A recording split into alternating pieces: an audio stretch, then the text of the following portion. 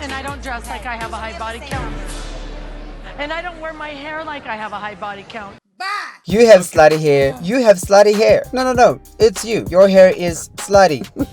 When I say rich white women throw shade a little differently, and I found out how seriously wild it can get on the latest episode of The Real Housewives of Salt Lake City, where Brittany stormed out sobbing from Meredith's bar mitzvah because Angie had read her for Phil, saying, "Girl, your hair looks like it has a high body count. Your dress code looks like it has a high body count too." Now, that's Angie doubling down from airing out Brittany at Mary Cosby's breakfast at Tiffany's themed dinner party a while ago, where she said, "Well, you're doing multiple guys at the same time." Brittany was mortified then too, and explained that just because she dates a lot of guys every time Jared Osmond plays in her face, ghosts her, or slide in Mary Cosby's DMs. Oh yeah, he got really cute in the church ladies' DMs this one time, it says here. And so Brittany likes to explore the scene in between those mixed signals, but she only takes it as far as kissing. Not for Angie though, who's now saying Brittany's hair looks like it's been spinning the block quite a few times. Their beef really took shape at Mary Cosby's house, where Brittany confronted Angie for bringing wine to a Mormon event, which she found to be inappropriate given its religious context. Although at the time,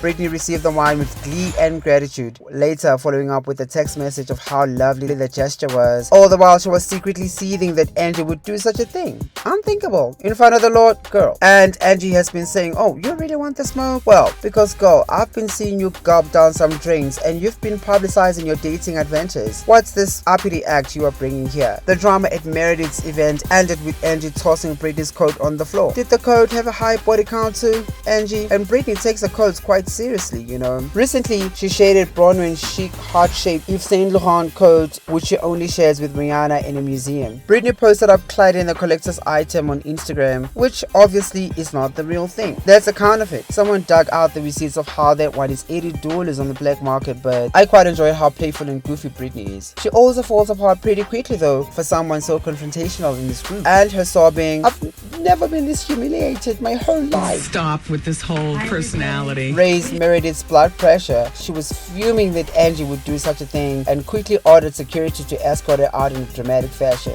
And I think that one had a lot to do with Angie's recent ableist comment about Meredith's hearing aids. Now, that Meredith will not stand for an event to end with everyone still there. We're not storming out from the tiniest thing at the Mary Cosby get-together or when Jen Shah is gathering her. She's getting someone escorted out. It's like her thing. That will make for an explosive scene. You, leave this instant. Okay, girl. But on this one occasion, I did sort of understand her overreaction because this was deeply personal and meaningful event for her. Being the bar mitzvah she's been planning the whole season. Maybe it set her off that the girls are having their hair being slut-shamed right there and then. Like, couldn't this wait? But in truth, that's not really why she kicked Angie out, because not once did she mention that. It was just more about her never-ending grudge with Angie, especially since Angie has kept her feet on her neck about her peddling false narratives about her husband being secretly gay with a plethora of boyfriends all over town. It's clear that she's furious Angie has not stopped calling her out, particularly now that she's being blasted for using her gay son to duck the blows of what is, in fact, problematic behavior. You know,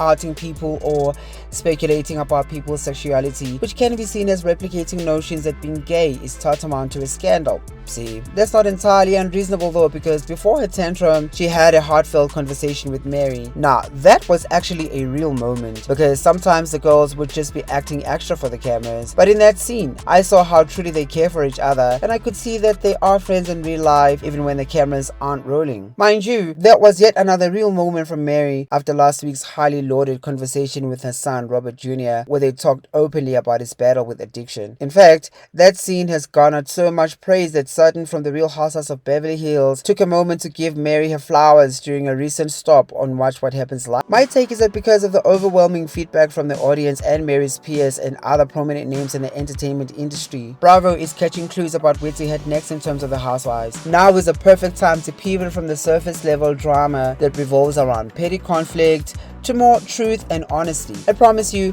that's what the new bar will be. You wait. Back to Mary and Meredith ever so briefly. The evolution of their friendship has been interesting to me. I mean, on the one hand, friendships and bonds on this particular franchise seem to constantly hang on a loose thread. They tend to shift seasonally, and certainly Mary and Meredith have had their own nuanced and evolving friendship here. Initially, their bond was marked by a mutual appreciation for each other's quirks and a shared sense of humor. Mary's eccentric and unpredictable personality seemed to align with Meredith's preferences for people who embrace individuality. Meredith often defended Mary against the group's criticism criticism, citing her as misunderstood and eccentric rather than malicious. But when storming out from Mary's dinner that one time, she mentioned something about Mary having used her. I guess to what? Get back on the show? Or what?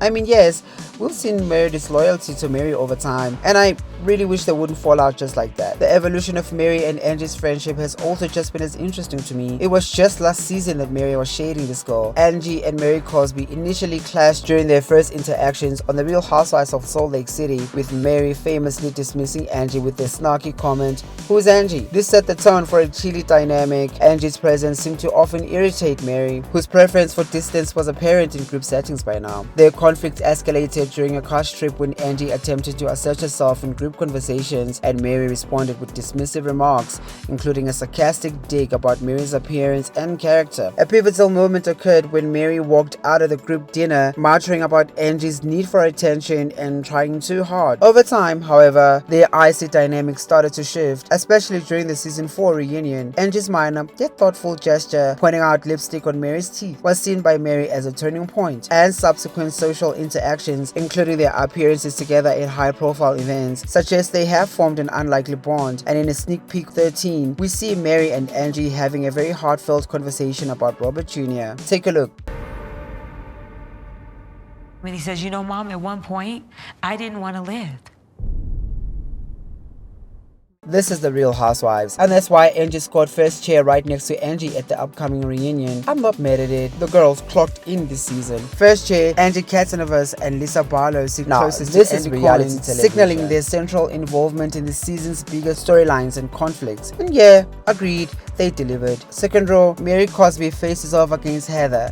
Heather riding on being an OG this season. She didn't do much. Bronwyn Newport is considered one of the most iconic rookie housewives ever. But despite carrying the season, she lands in the third row opposite Meredith, who is likely to be grilled at the reunion. And then, oh Whitney, the Alibaba thing was not enough, and of course Brittany. She's fine where she is, but I think she's one of the most entertaining housewives across the franchises right now. So goofy.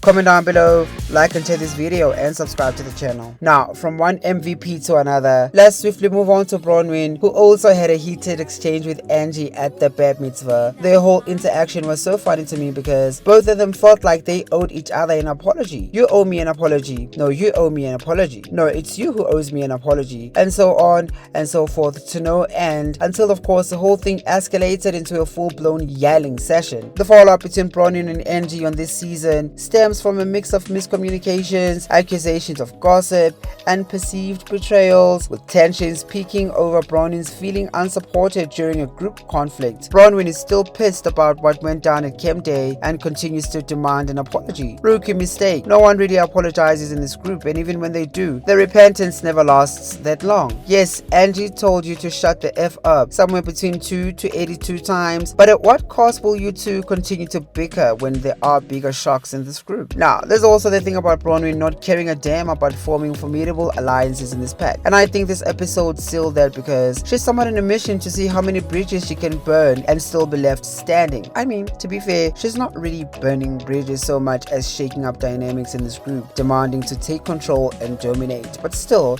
she's displayed loyalty only to her reign on the show. Throwing Brittany under the bus just 5 seconds after the two of them played friends, yeah, no, that was brutal. Although, of course, it gave us the night's biggest meltdown in the end. So there's also that. Overall, Bronwyn really came in and snatched some wigs this season. And while some viewers had some initial concerns about her husband Todd seemingly not wanting her to be part of the show, I actually think it's not as bad as we initially thought. Look, the man is stern and quite clearly shuns the BS in this world, but I think he also supports his wife. There was that scene at the bat mitzvah where he reasoned calmly with her, and she was hysterical from that showdown with Angie. One thing is true though, he's always looking out for her, and I think in his mind, is always trying to rescue her from every dramatic, absurd moment during taping. I mean, there's a lot to unpack there, but the long and short of it is I don't think there's going to be a divorce or him demanding that she leaves the show or any of those things. He will, I think though, continue expecting her to show up with some class. Apart from the age difference thing, I think it's also just a power couple thing. There's a reputation to be maintained and he's always seemingly protecting that. What are your thoughts? Share them down below, like and share this video, and subscribe to the channel. Thank you for watching up until here. Until next time, bye.